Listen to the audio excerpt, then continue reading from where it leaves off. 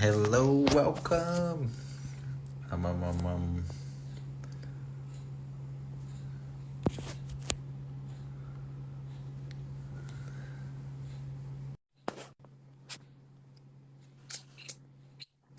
Hey, Saima, how are you? Hello. How are you, George? Hey. I'm fantastic. Am I pronouncing your name right? Is it Yeah. Saima? Yes, Saima. absolutely. Yes. Am I Yes. I'm, am I I'm. on? I'm on the live. Am I on the live? Because it says request to join. No, you're on. I'm with I'm you right on. now. Yeah, Oh, you're on. Yeah. yay! Yeah. And am I? Yeah, you wave back. Yeah. Am Yeah. I? Can you see me properly and everything? Yes. Yeah. You're in. I can see. I think the top of your head is cropped out, but aside from that, I can see you. Right. Let me see if I can just adjust my tripod a little bit, so Nice. you You can. got the whole setup. I'm literally at work, so I've like had to come to Oh, another room. yeah.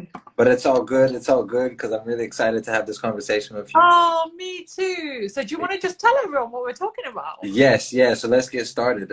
So today we're gonna have a conversation about attracting the right people in your life to keep it positive. And this is something. So I was just checking out like some of the things you've been involved in, and I know this is something that you're obviously extremely good at. Hence why we're having this conversation. But this is something I feel like that you've done extremely well to get a lot of positives out of it because you're a really busy person. You got a blog going on. You got a podcast going on. You have loads of resources that people can look at and like that bring value to their lives. So you're like you've made a lot of time, and I can only imagine that that's been possible because you've had the right people around you.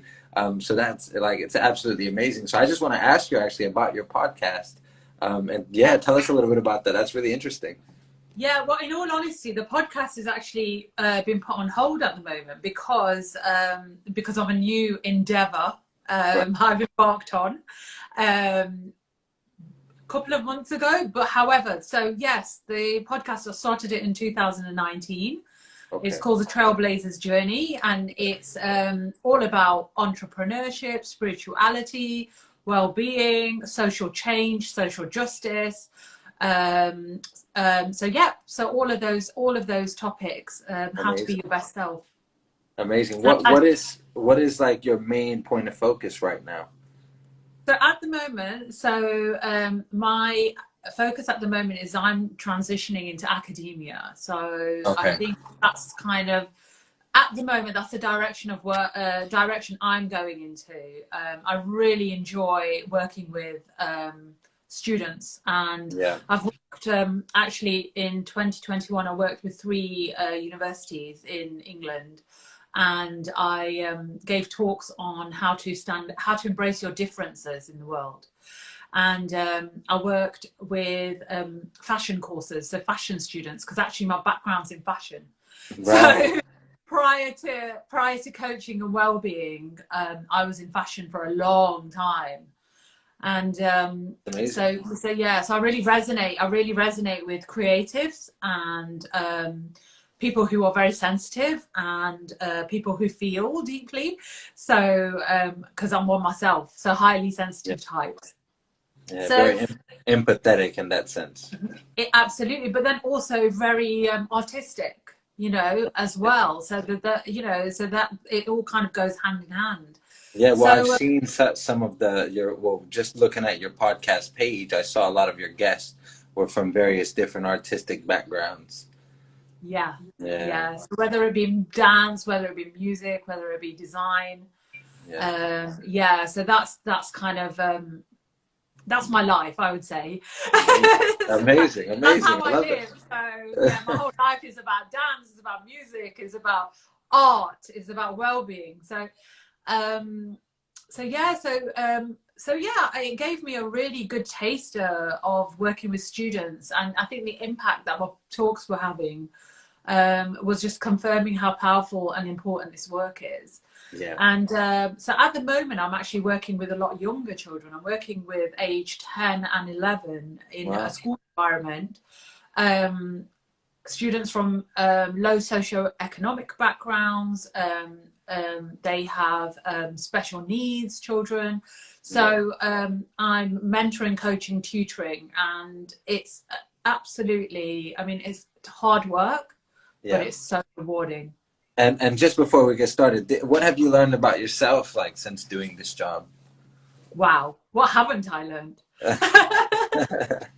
I've learned, well, I think it's not just been about, my journey started well before I actually started doing this work. So well before I started coaching. And through that journey, I think what I learned about myself were my own behavior patterns. So I had very people-pleasing tendencies. Right. So people pleaser. Me too. Me too. So many people. I mean, it's quite common. The need to be liked, the need to be approved of, and so a problem with boundaries in relationships. So I had to really. Because it's kind of hard to tell somebody, like, no, stop, because you don't want them to not like you for doing that. Use your voice. Yeah. So the thing is, really hard to use your voice and stand up for yourself when you've not been used to doing that. And so, so they're the things that I really, really learned. But very recently, I also learned how to, let's say, how much of my ego was a part of my life. And part of it was to do with survival, because I think when you're someone who's very independent and very self-sufficient, the ego is there as a protection mechanism to keep you protected in the world. However, the ego can also get the better of us, where it can hold us back in certain ways. And I think if you're on a spiritual path, then there's being in the world, but there's also being a spirit in the spirit world. How do you grow?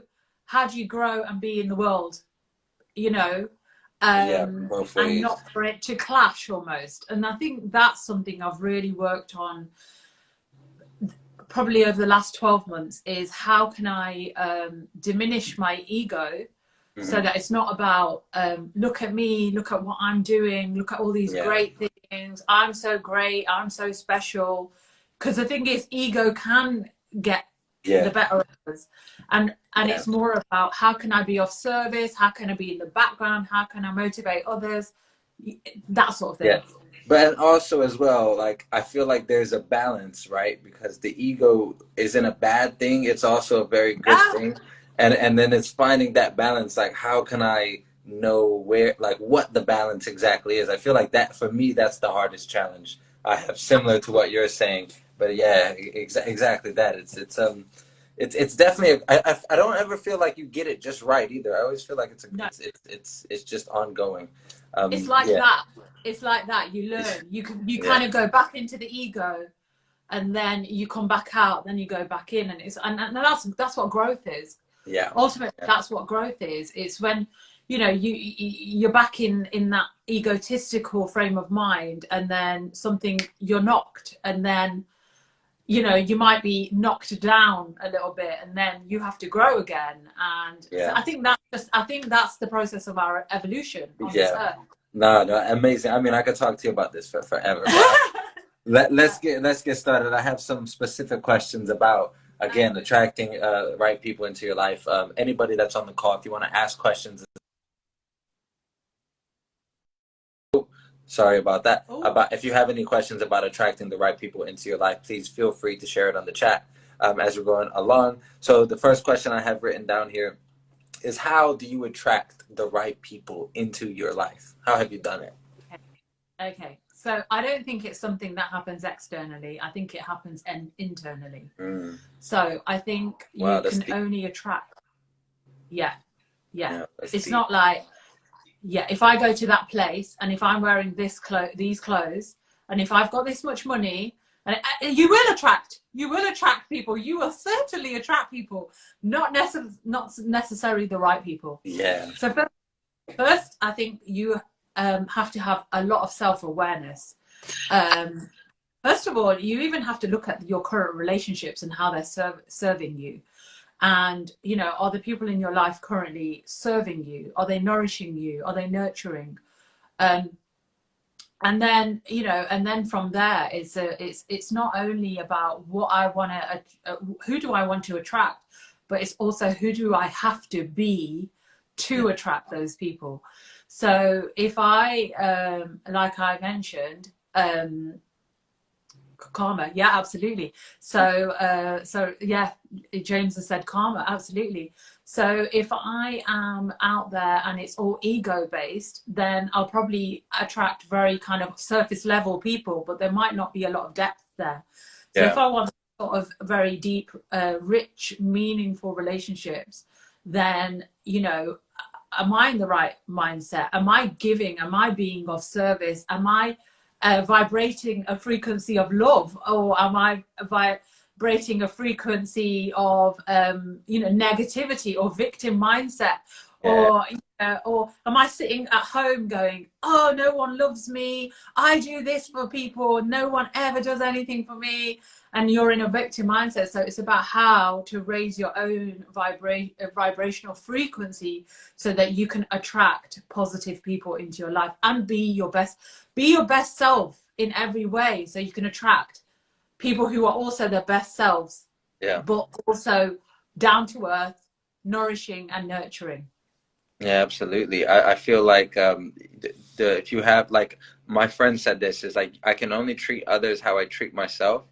So just to reiterate what you said, it starts internally, not externally. I feel like yeah, and that was like really really powerful. The first statement you said there, starts internally, not externally. Because I always think, if I just, oh, you know, I need to start hanging around different places because I need to meet people like this and that. And I've always thought that. I've always thought it.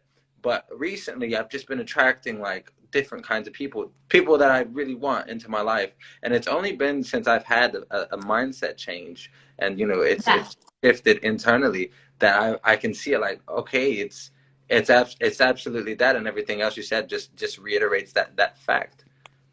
I think there is, George, there is an element of hanging around in the right places, in the sense of you've got to put yourself out there. You It's a know, part of it. you do have Sure. to put yourself out there. So, you know, if you want to be in a relationship, for example, but you're not making any effort and you're sitting at home day in day out, even, you know, Mm. even if you feel good and you're like, you're quite happy, you're not really gonna, you're not taking physical action. So there has to be an element. But when you are out there, it's not like, you know, I know people who, I want to be in a relationship, but they've got such anger or resentment issues, and it's not coming from the right place inside. And it's almost like, you know, I'm a good person, I do this for people, I do that, but it's not Yeah. really about that. It really is, and I said it before, it really is about embodying love and radiating that love energy, and Yeah. then you attract love back. No, absolutely. Thank you for that. That was a great answer. Second question I have here as well: how can we filter people that bring negative energies? Because I mean, you know, like you said, you know, you can hang around certain places, and it's internal, so you can still go around and attract, you know, people into your life that you think are the right people, but they're actually, you know, the negative people. And just more generally as well, how can you filter out those people that bring the negative energy? How can you do that? I think it's a process, and I think sometimes, you know, until you actually interact with people, you don't know what their energy is. And I think so, for example, you know, you started a new job, you know, you want to make a good impression. Yeah. So you're making an effort with people, but actually you come across people that are a little bit negative. Mm. So what do you do in that situation? Well, first of all, it's acknowledging, okay, how does this person make me feel? What are they radiating? What sort of energy, or Yeah. what sort of limiting beliefs even? You know, we can also be compassionate to people.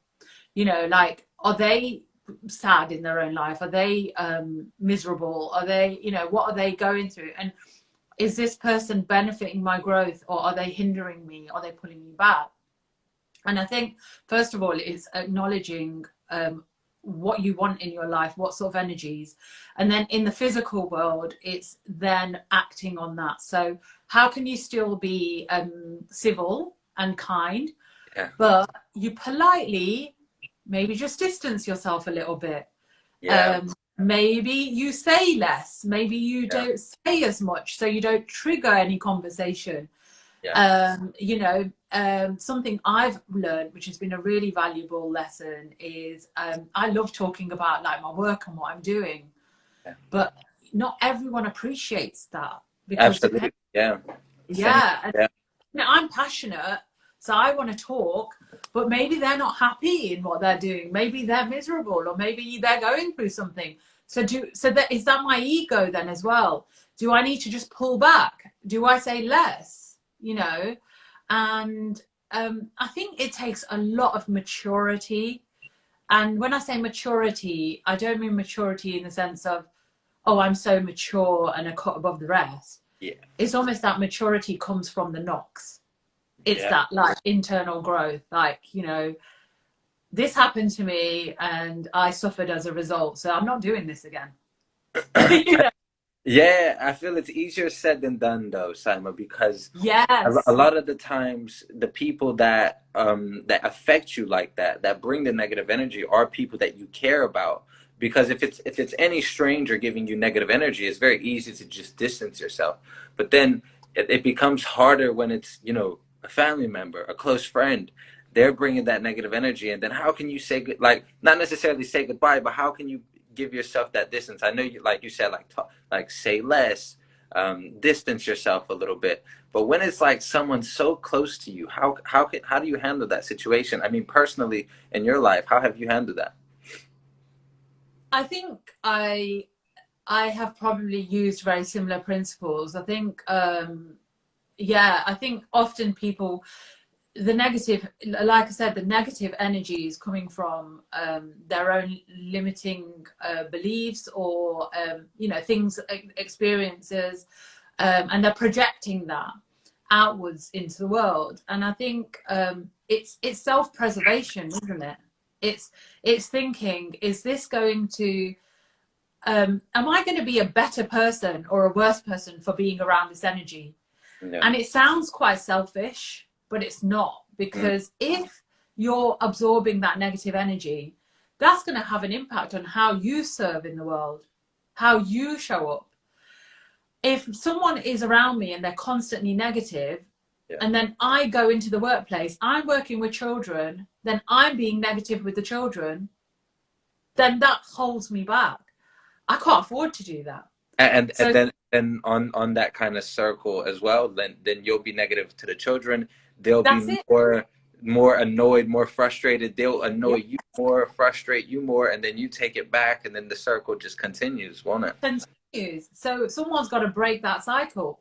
So sometimes it feels harsh, you know, to distance yourself, to work on your own well-being practices, you know, meditate, journal, stay true to your own soul, stay, you know, aligned to your own path. Something I always say is, you know, we need connection. Human beings need connection. We're here to connect. But we Yeah. did come here alone, and we're going to go alone. Yeah. So what, you know, at the end of the day, how are you going to make the best of your journey on this earth? You Absolutely. know, and how are you going to shine your light? And And, sometimes sometimes negative people, you know, they might actually, your own journey might have an impact on them, and, you know, and create positivity. Sometimes it just won't. yeah. So at that point, you've got to surrender to that, and you've Yeah. just got to. I always say as well, negative people aren't there for you to, you know, get rid of. They're there to like help you grow and become a better version of yourself. Yeah. If you just kind of like every kind of bad person that you see comes into Yeah. your life, and you're like, get away from me, you're bringing me down. But like you actually, I feel like they're there to teach you a lesson, and until you learn Absolutely. what that lesson is, that person is going to keep coming back in different bodies. And Yeah. they're all, yeah. And this is something like, until I've addressed my problems, I've always had that reoccurring person, like, you know, that Yeah. person and causing me the same kind of grief. But then when I Yeah. address it, that person, they're still there. The physical person, they're still there, but they don't like, they're not affecting me like that anymore, because Yeah. You're it's I handling. have a different mind frame about Yeah. that. Just a question here from James: do you believe in destiny, or do you believe that we manifest our own destiny? That's a deep question. I feel like I do believe in destiny. I believe that there is a bigger plan for our life. Um, you know, I believe that I believe in God. I believe in spirit. I believe in the universe, and I believe that there's something bigger. And I tell you why I believe that.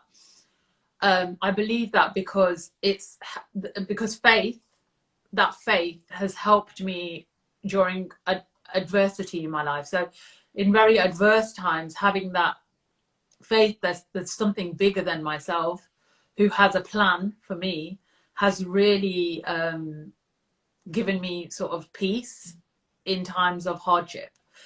So, and served me. So I do believe that, but I also believe what I said earlier, we have to help ourselves. So we have to but we have to act without attachment. So, you know, I want this goal, right? So I've set myself, I want this goal.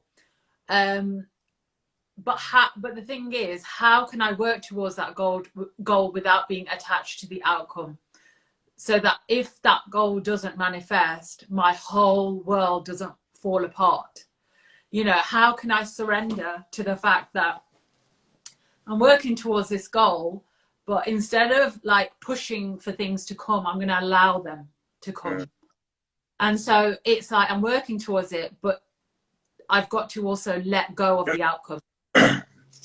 And do You you know? ever, yeah, do you ever feel like, I know personally I do, I don't want to bias your answer, but do you ever feel like when you're, like, say you have a goal and you're working towards it, if you have really positive energy towards the goal, even if you don't achieve your actual goal, like the outcome that you get working towards it is going to make you really happy, because the energy that you put into it is feeding that destiny, you know, that quote unquote destiny that you're getting. So even whatever your goal is, I want to, you know, I want to lose, like, say I want to lose like 20 pounds, for example. Mm, Even if you don't achieve that goal, but you learn so much in the process because you've had such a good mindset about the whole journey, you're absolutely. still like that destiny, like, oh, I haven't achieved, I looked exactly the same, but I feel healthier, I'm eating better, like my Yes. energy Then levels are that better. I've achieved something. Yeah.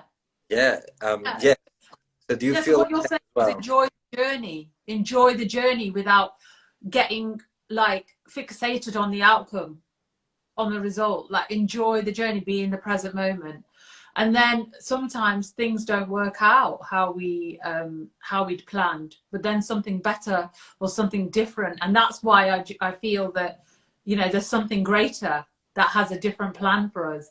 You Mm. know, I've certainly been there where I've been like, this is what I want to achieve in my life. And I've been fixated and got, you know, getting up every day, you know, 6 a.m., you know, getting to Yeah, work, I you love know, it. I've got lists everywhere around me, you know, million lists, and I'm working through them. Yeah. And then it's not manifested. And then that's knocked my ego.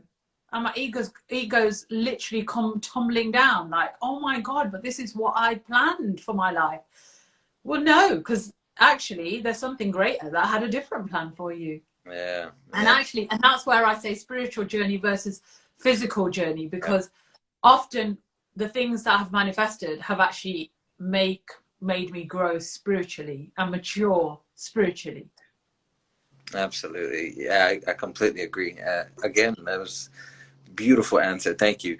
And why, Simon, why is it important to attract positivity into your life? I feel like I know a lot of people that live, take it day by day, take it as it comes, and they're not very interested in their spiritual journey, in their mental journey, in their physical journey, for that matter. My podcast, we always talk about the four pillars, like spiritual, mental, physical, and social. So I feel like a lot of people are very interested, and they commit a lot of time to the social aspect of their life, raising that pillar. They're very connected with their friends, and it's a beautiful thing. But why is it important to attract positivity into all areas of your life? So I think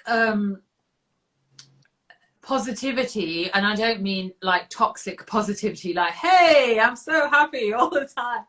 That's I funny you think, say when I talk about positivity, I talk about inner peace. When I talk about happiness, I talk about inner peace. And I think when we're coming from that place where we feel peaceful, we're naturally going to be more positive. And I think, who doesn't want to be at peace? And often people who are very focused on the social or the physical goals without the spiritual, I'd like to examine what is going on in the soul, and delve deep and see, how peaceful that person feels. Because often that goal, that chasing something or being out all the time with people, not being able to be alone, can often be like a coping strategy for something else, for wanting to be approved of, wanting to, I think, for me, I think positivity and attracting positive people is to give me inner peace. It gives me inner peace. And this is what you do, isn't it? You help people along their journeys. Yeah, absolutely. But also, I think with my work, I think it's also the spiritual aspect of it that has really helped with the transformations. So with my clients, it's the spiritual side of things. I always I find it interesting. So Tony Robbins, he always says, people come to me because they want like financial help, or they want physical help, and they want to improve certain area of their life, and like improve their spiritual, the spiritual element of their life.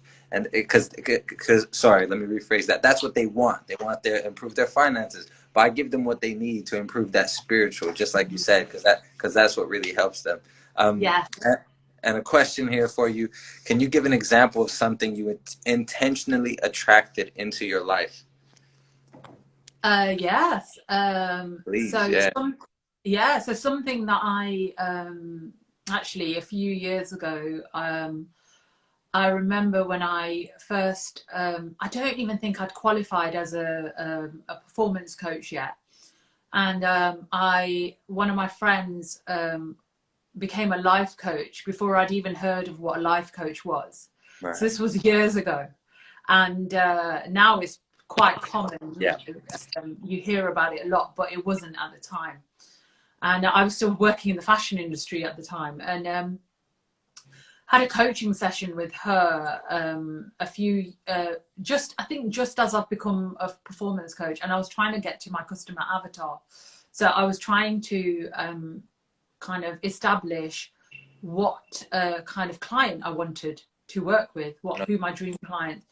And at the time, students was coming up, but the thing in my head, the battle in my head was that students have no money, universities, colleges don't have budgets. Yeah.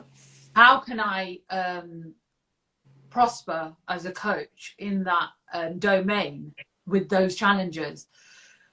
And so I ignored it.